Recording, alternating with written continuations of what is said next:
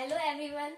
आज हम पढ़ेंगे रेस्पिरेशन इन प्लांट्स कि प्लांट्स में रेस्पिरेशन कैसे होता है। सबसे पहले ऑक्सीजन और कार्बन डाइऑक्साइड हमारी जो दो गैसेस है वो रेस्पिरेटरी गैसेस कहलाती है। मतलब प्लांट्स के अंदर वो रेस्पिरेशन का काम करती है। जैसे कि ह्यूमंस के अंदर भी हमने देखा था एरोबिक एनारोबिक में और सारी जगहों पे ऑक्सीजन और कार्बन डाइऑक्साइड का जरूरी होता है। तो इन दो गैसेस को हम रेस्पिरेटरी गैसेस बोल सकते हैं।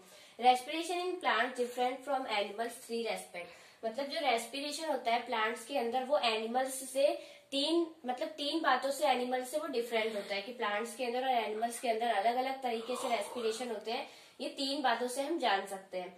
सबसे पहली, plants every part do respiration individually as animal perform as single unit. Plants में क्या होता है कि हर एक पार्ट जो होता है प्लांट का, जैसे कि रूट हो गया, स्टीम हो गया, ये सारे जो पार्ट होते हैं प्लांट्स के अलग अलग रेस्पिरेशन करते हैं। मतलब हर एक पार्ट इंडिविजुअली रेस्पिरेशन करता है। और जबकि एनिमल्स में क्या होता है कि वो लोग एक साथ, मतलब एनिमल्स की सारी बॉडी जो होती है वो एक साथ मिलकर रेस्पिरेशन प्रोसेस करती है।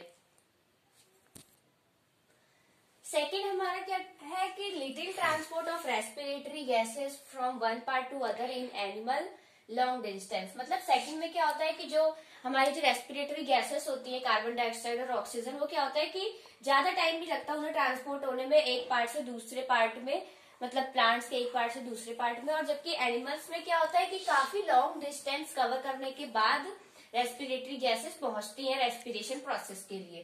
थर्ड हमारा क्या है, in plants respiration occur at slow rate, in animals as much faster rate. Plants में क्या होता है कि जो रेस्पिरेशन प्रोसेस है वो थोड़ी स्लो रेट पे होती है, मतलब हल्की धीमे धीमे से होती है। और एनिमल्स में क्या होता है कि जितनी तेज हो सकती है, मतलब जितना भी उनको लगता है कि हम तेज कर सकते हैं उतनी तेज उनके अंदर रेस्पिरेशन प्रोसेस होती है। तो प्लांट्स में क्या होता है, स्लो रेट, और एनिमल्स में फास्टर रेट।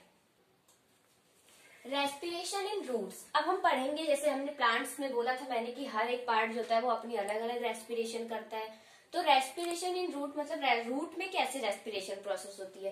तो जैसे कि हम जानते हैं कि सॉइल के पार्टिकल्स के बीच क्या होता है, थोड़ा थोड़ा गैप होता है। उन गैप में जैसे यहाँ पे सॉइल के पार्टिकल्स हैं थोड़ी थोड़ी दूरी पे होते हैं, तो इन गैप के बीच में क्या होता है, एयर फिल होती है। जैसे कि कोई सी भी एयर हो सकती है, वो ऑक्सीजन, मोस्टली तो ऑक्सीजन होती है।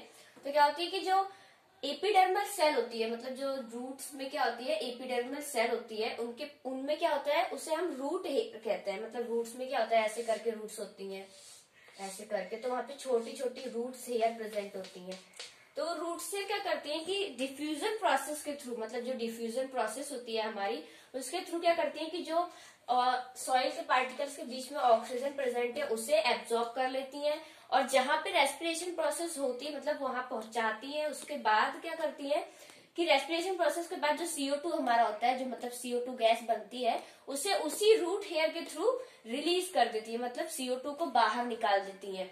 ऐसे रेस्पिरेशन इन प्रोसेस हमारी किसमें होती है, रूट में। Respiration in steam. अब हम पढ़ेंगे रेस्पिरेशन इन स्टीम, मतलब स्टीम में रेस्पिरेशन कैसे होती है। उससे पहले हम जान लेते हैं कि अगर जैसे हमने अभी पढ़ा था रेस्पिरेशन इन रूट्स, मतलब रूट्स में जो पार्टिकल्स में एयर प्रेजेंट होती है, तो बहुत बार ऐसे क्वेश्चंस भी आ जाते हैं कि जैसे हमने अगर रूट्स को क्या किया, हमने प्लांट को किसी पानी में लगा दिया, मतलब सिर्फ पानी वाले एरियाज में प्लांट्स को लगा दिया, या हमने प्लांट में ज्यादा पानी दे दिया, तो क्या हो जाता है, तो हमारा क्या होगा कि प्लांट्स जो होते हैं वो धीरे धीरे खत्म हो जाएंगे, मतलब सूखने लगेंगे अगर हमने सिर्फ और सिर्फ पानी में प्लांट्स को लगा दिया, ये ज्यादा पानी देते हैं। अब ऐसा क्यों होता है, क्योंकि क्या होता है कि जो हमारे, अगर हमने प्लांट्स को सिर्फ पानी में लगा दिया तो क्या होगा कि उसमें वाटर ज्यादा आ जाएगा। धीरे धीरे क्या होगा कि जो मतलब एयर्स के जो मॉलिक्यूल्स सॉइल पार्टिकल्स के बीच में प्रेजेंट थे वो धीरे धीरे वाटर से फिल हो जाएंगे, और अगर वाटर से फिल हो गए तो फिर ऑक्सीजन तो मिलेगी नहीं एरोबिक रेस्पिरेशन के लिए रूट को। तो क्या होता है कि इस वजह से वो धीरे धीरे एनारोबिक रेस्पिरेशन करने लगेंगे, जिससे क्या होगा कि एल्कोहल प्रोड्यूस होने लगेगा। हमने देखा था ना कि एल्कोहल प्रोड्यूस होता है, तो क्या होगा कि अगर एल्कोहल प्रोड्यूस होने लगेगा तो प्लांट क्या होंगे, मर जाएंगे। तो इसी वजह से हम प्लांट्स को सिर्फ पानी में नहीं लगा सकते, पानी और एयर दोनों ही प्लांट्स के लिए जरूरी है। हमें सिर्फ ज्यादा पानी नहीं दे देना चाहिए पौधों को। अब हम पढ़ेंगे respiration in roots. The hard and woody stem of big plants don't have stomata. मतलब जो बड़े बड़े पौधे या हमारे जो बड़े बड़े पेड़ होते हैं उनमें क्या होता है कि स्टोमाटा नहीं प्रेजेंट होता है, उनके अंदर लेंटिकल्स प्रेजेंट होते हैं हमारे। और जो हार्बेसियस प्लांट होते हैं, मतलब हमारे जो छोटे मोटे पौधे होते हैं, उनमें क्या होता है कि स्टोमाटा प्रेजेंट होता है गैस की एक्सचेंज के लिए। तो इसमें क्या होता है कि बड़े बड़े पौधों में लेंटिकल्स प्रेजेंट होते हैं जो कि गैसेस का एक्सचेंज करते हैं रेस्पिरेटरी गैसेस का डिफ्यूजन प्रोसेस के थ्रू। और हार्बेसियस प्लांट्स में स्टोमाटा प्रेजेंट होता है, जैसे कि मैंने बताया था, ऐसे करके शेप होता है स्टोमाटा का, वो प्रेजेंट होता है हार्बेसियस प्लांट्स में। वो ओपन और क्लोज होता है, जिससे डिफ्यूजन प्रोसेस के थ्रू रेस्पिरेटरी गैसेस इन और आउट हो जाती हैं। रेस्पिरेशन इन लीव्स, मतलब लीव्स में रेस्पिरेशन कैसे होता है। तो लीव्स में क्या होता है कि लीव्स के पास ऐसे, जैसे ये लीव्स है हमारी, इस पे छोटे छोटे पोर्स प्रेजेंट होते हैं, उन पोर्स को हम स्टोमाटा कहते हैं। उसी स्टोमाटा के थ्रू क्या होता है कि लीव्स जो है अपनी रेस्पिरेशन प्रोसेस करती है, ऑक्सीजन उनको इन या आउट करती है। रेस्पिरेशन प्रोसेस क्या होती है कि ऑल द टाइम, मतलब डे या नाइट दोनों टाइम पे होती है, जबकि हमारी फोटोसिंथेसिस में क्या था कि वो सिर्फ दिन में हो सकती है, क्योंकि दिन में ही तो वो सनलाइट पाएंगी, तभी तो अपनी फोटोसिंथेसिस प्रोसेस करेंगी। और रेस्पिरेशन में सनलाइट की कोई जरूरत नहीं है, तो वो डे और नाइट दोनों टाइम में होता है।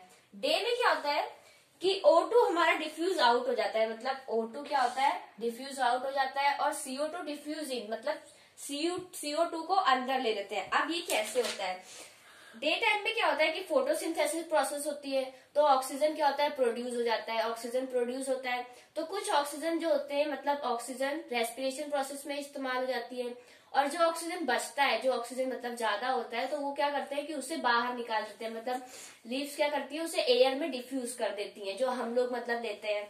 और CO2 का क्या होता है, CO2 जो प्रोड्यूस होती है रेस्पिरेशन प्रोसेस के थ्रू, जो CO2 प्रोड्यूस होती है, वो फोटोसिंथेसिस प्रोसेस में यूज हो जाती है। तो CO2 को रिलीज तो होता नहीं है, मतलब, तो इसीलिए यहाँ पे बोला है कि O2 क्या होता है, डिफ्यूज आउट हो जाता है, और CO2 अंदर ही रह जाता है, क्योंकि वो तो फोटोसिंथेसिस में यूज हो जाता है। लेकिन रात के समय में क्या होता है, O2 डिफ्यूज इन, मतलब O2 को लेते हैं और CO2 को छोड़ती है, मतलब प्लांट्स क्या करते हैं, CO2 को रात में छोड़ती है और O2 को अंदर लेती है। अब ऐसा क्यों होता है, रात के समय क्या होता है कि फोटोसिंथेसिस प्रोसेस तो होती नहीं है, और जब फोटोसिंथेसिस नहीं होगी तो ऑक्सीजन प्रोड्यूस नहीं होगा। तो इस वजह से क्या होता है कि रेस्पिरेशन प्रोसेस करने के लिए रात को ऑक्सीजन, मतलब ऑक्सीजन को एयर में जो प्रेजेंट होता है ऑक्सीजन, वो प्लांट्स को अंदर लेना पड़ता है स्टोमाटा के थ्रू। और कार्बन डाइऑक्साइड क्या होता है कि रेस्पिरेशन प्रोसेस के थ्रू जो कार्बन डाइऑक्साइड प्रोड्यूस होता है, फोटोसिंथेसिस नहीं हो सकती तो वो यूज तो होगा नहीं CO2, तो वो क्या करते हैं कि डिफ्यूज आउट कर देते हैं, मतलब CO2 जो ज्यादा मतलब प्रोड्यूस जाता है रेस्पिरेशन के थ्रू, उसे एयर में छोड़ देते हैं। इसीलिए डे और नाइट वाला क्या होता है, एक दूसरे के अपोजिट होते हैं। अब तो मतलब समझ तो आ गया होगा कि कैसे रेस्पिरेशन होती है लीव्स में। आज हमने रेस्पिरेशन इन प्लांट्स कंप्लीट कर लिया। नेक्स्ट वीडियो में हम रेस्पिरेशन इन एनिमल्स पढ़ेंगे। Please like and subscribe my channel.